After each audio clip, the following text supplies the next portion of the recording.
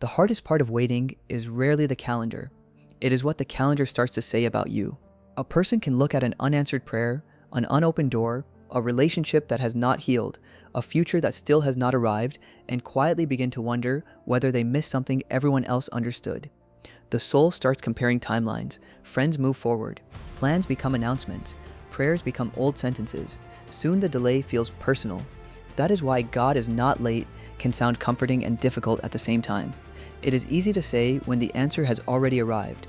It is much harder when the road is still dark and the only thing visible is the next small step. This video is not a shortcut around that ache. It is a slower look at what Scripture shows again and again. Waiting is often the place where God is doing more than we can measure. Delay becomes heavy because it begins to sound like a verdict. The mind asks questions it would be embarrassed to say out loud. Did God ignore me? Am I being punished? Did I ask for the wrong thing? Was my faith too weak? Those questions may not become formal theology, but they can still shape the way a person prays. Many believers do not lose faith all at once. They grow tired of expecting. They protect themselves from disappointment by becoming less specific with God. They stop asking with the same openness because hope has started to feel expensive. That is where waiting becomes spiritually dangerous. The danger is not only impatience, it is the quiet belief that speed is the only evidence of love. Scripture refuses that simple measurement. God can be attentive while life feels slow. He can be near while the answer remains hidden.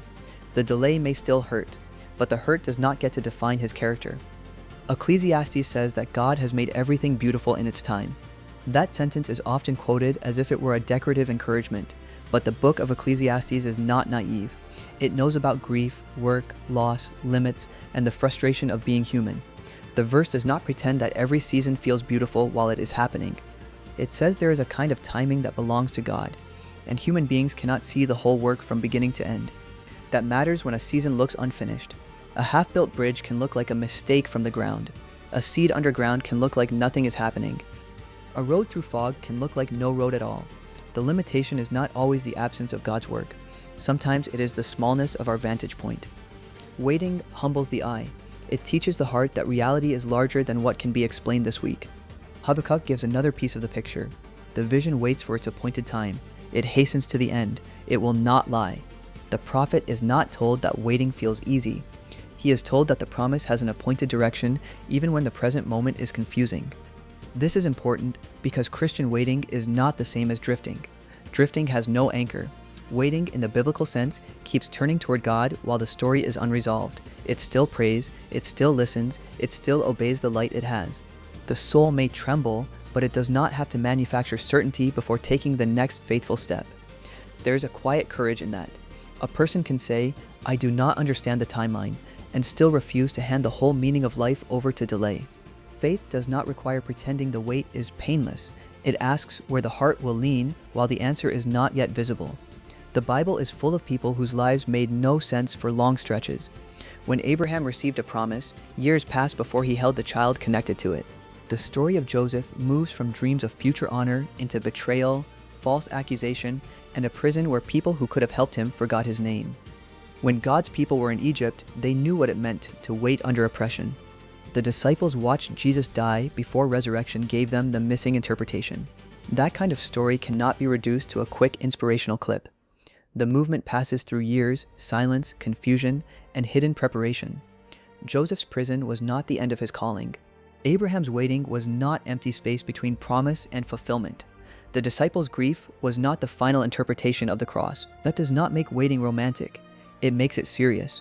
God often works with more patience than we would choose, and his patience can feel severe to people who are tired. Still, the biblical pattern keeps returning to formation. The answer matters, but the person who receives the answer matters too. The waiting room can become a workshop, even when it still feels like a locked door. When the answer finally comes, Scripture often shows someone who has been changed enough to carry it differently. Waiting exposes what speed can hide. When life moves quickly, a person may never notice how much peace depends on control. Delay brings that dependence to the surface. It reveals the ache of comparison, the fear of being forgotten, the need to know the ending before trusting the next page. This exposure is uncomfortable, but it can become mercy. God is not embarrassed by what delay reveals. He already knows the fragile places in the heart. The question is whether those places will be brought into prayer or buried under constant distraction. Many people try to survive waiting by numbing the desire. They pretend they do not care. They fill every quiet moment. They call it maturity when it is really self-protection. Scripture offers a different way. Bring the desire honestly. Let God meet the part of you that is tired of being patient. The exposed place can become the place where faith becomes more real. Faith in the waiting usually looks smaller than people expect. Some days it is doing today's work with integrity, while tomorrow is unclear. On another day, it is praying one honest sentence instead of performing spiritual confidence. Later, it may be the quiet decision to notice envy before it becomes a home. The hidden beauty of this kind of faith is that it brings God into the actual day, not only the imagined future. A person waiting for the next chapter can still become more patient in traffic, more gentle with family, more truthful about fear, more available to the person in front of them. These small obediences are not distractions from the promise. They are part of what waiting is forming. The question is no longer only, when will this end? A better question begins to appear. Who am I becoming while I wait? That question does not erase the first one. It gives the soul something faithful to do while the first remains unanswered. James writes that the testing of faith produces steadfastness, and steadfastness is allowed to have its full effect.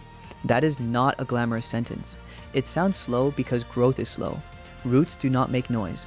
Endurance rarely looks impressive while it is being formed. Still, something real can be happening beneath the surface. A person becomes less ruled by immediate results. Prayer becomes less like a transaction and more like communion. Hope becomes less dependent on perfect circumstances. The heart learns that God's faithfulness is not proven only by speed. This is one reason waiting can later become a testimony, though it rarely feels like one in the middle. The testimony is not simply, I finally got what I wanted. Sometimes the deeper testimony is, God kept me from becoming hard while I waited. That kind of preservation is quiet, but it is not small. Because the growth is quiet, it can be easy to miss. Yet quiet growth is often the kind that lasts. So what does a person do tomorrow before the answer comes? Start with one faithful act that belongs to the present day. Name the desire honestly before God. Refuse one comparison that has been stealing your peace. Take the next responsible step that is already clear. Read a short passage slowly, not to force a feeling, but to give your attention somewhere true to rest. The goal is not to solve the entire waiting season in one morning. The goal is to stop letting delay own the whole room.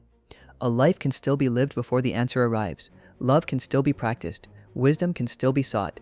Gratitude can still be noticed in small places. Waiting becomes more bearable when it is no longer treated as a blank space. It is a real season, and real seasons can be offered to God. That offering may be quiet, almost invisible, and still deeply faithful. Return to the road from the beginning. The sky is still wide. The destination is still not fully visible. Yet the darkness has changed a little, because the traveler is no longer using the clock as the only witness. God is not late. That does not mean every delay is easy to understand, and it does not mean every longing resolves the way a person first imagined.